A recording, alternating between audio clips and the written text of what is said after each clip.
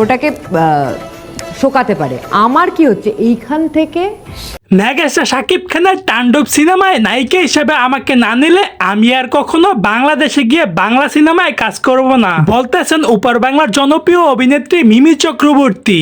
হঠাৎ কেনই বা রেগে গেল, বিস্তারিত জানতে সম্পূর্ণ ভিডিওটি দেখতে থাকুন। প্রথমে গুঞ্জন উঠেছিল মেগাস্টার শাকিব খানের তাণ্ডব সিনেমায় নায়িকা হিসেবে থাকবে নাটকের অভিনেত্রী সাবিলা নূর, কিন্তু পরবর্তীতে এখন আবার গুঞ্জন উঠতেছে যে মেগাস্টার শাকিব খানের তাণ্ডব সিনেমায় নায়িকা হিসেবে দেখা যাবে উপর বাংলার জনপ্রিয় অভিনেত্রী কোয়েল মল্লিককে। মিমি চক্রবর্তী এটা জানতে পেরে রীতিমতো রেগে আগুন হয়ে গেছে। তিনি বলতেছে, তুফানের মতো ব্লকবাস্টার মুভিতে আমি অভিনয় করেছি, দুর্দান্ত পারফরমেন্স করে আমি আমার যোগ্যতা দেখিয়েছি, কিন্তু বরবাদ সিনেমার মধ্যে মেহেদী হাসান হৃদয় আমাকে নেয়নি, কিন্তু তাই বলে কি তাণ্ডব সিনেমার মধ্যেও আমাকে নেবে না? এটা কি মানা যায়? বাইরে যদিও তাণ্ডব টিম আমাদেরকে অফিসিয়ালি অ্যানাউন্সমেন্ট ভাবে কোনো কিছু জানায়নি, তাহলে এই চারদিকের গুঞ্জন থেকে আমরা বিরত থেকে অফিসিয়ালি অ্যানাউন্সমেন্টের জন্য অপেক্ষায় থাকি। সো দর্শক, আজকের এই ভিডিওটি এই পর্যন্তই ছিল। যদি ভিডিওটি ভালো লাগে থাকে তাহলে চ্যানেলটি সাবস্ক্রাইব করে রাখবেন পরবর্তী ভিডিওর জন্য।